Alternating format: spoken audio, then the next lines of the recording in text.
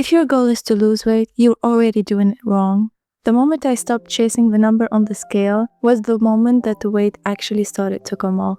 Hey, I'm Zaina. On this channel, we talk about building a better life, not just chasing some random goals. And today we're going to talk about why losing weight should not be your end goal, but I'm going to tell you what should be instead.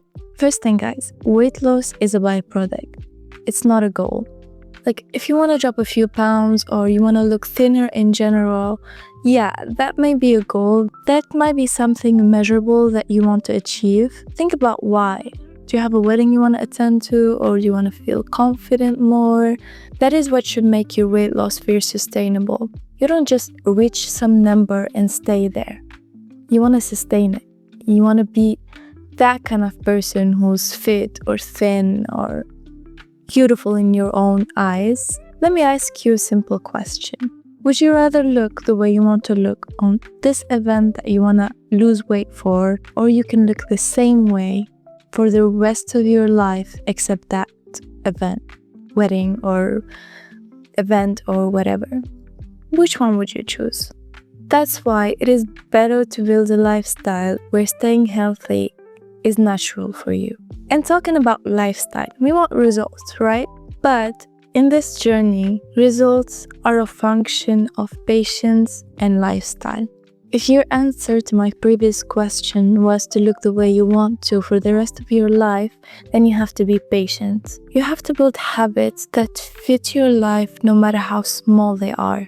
Be patient, repeat it, be consistent. Because we've all tried going extreme, like following extreme diets, maybe even not eating at all, or like exercising way more than we should.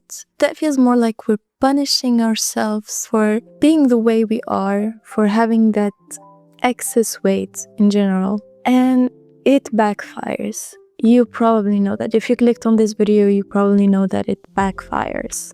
It creates this weird cycle where your mind and your body just resist you. Now, to be completely honest with you, I of course was one of those people who were obsessed about the number on the scale. And let me give you an example. Like, if I started going on a healthy diet, exercising as much as I can, and I look in the mirror and I notice a teeny tiny change for the better, of course. After that, I step on the scale and I don't see any change or like minor change, it's a fail for me, even though I visibly noticed the change. That's why, guys, the number is not everything. After that, I just said to myself, what if we just not care about the number at all or as much? So I went by the previous function that I said, which is patience and lifestyle. So I started doing these teeny tiny changes. In my mind, I believe that I had all the time in the world. It doesn't matter when I get the results. What matters is I will get the results. And shocker, when I stopped looking as much as the scale, that's when I actually started losing the weight. Another thing about lifestyle, we know that the main factor of losing or gaining the weight is food, right? Food is the fuel to our body. So why do we fear it so much? Let me tell you something. You can't hate food and win this game. The more you fight food, the more food actually wins. Because remember, your body and your mind are already fighting with you. You don't need another fight on top of that. Instead of this constant love and hate relationship with food, try to be diplomatic with it. Try to replace it smartly. Focus on adding good things, and the bad things will eventually start to fade. Take these small decision moments, like instead of having chips as a snack, have popcorn, for example. Instead of having a sugary drink, have a diet soda. It doesn't make a difference in terms of the amount you eat, but it makes a difference on how healthy the food is and how many calories in it. This thing I'm going to say next is actually not talked about as much, which is over-focusing backfires and why being busy helps. And this is something I've noticed in myself.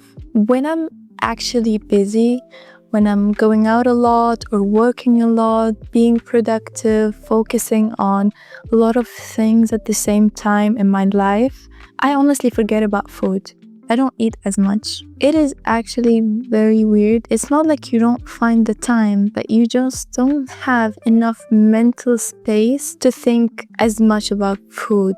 Like you just want something to give you energy, to be more productive and more creative, just to give you energy to get back to work. Now let's talk about the real goal.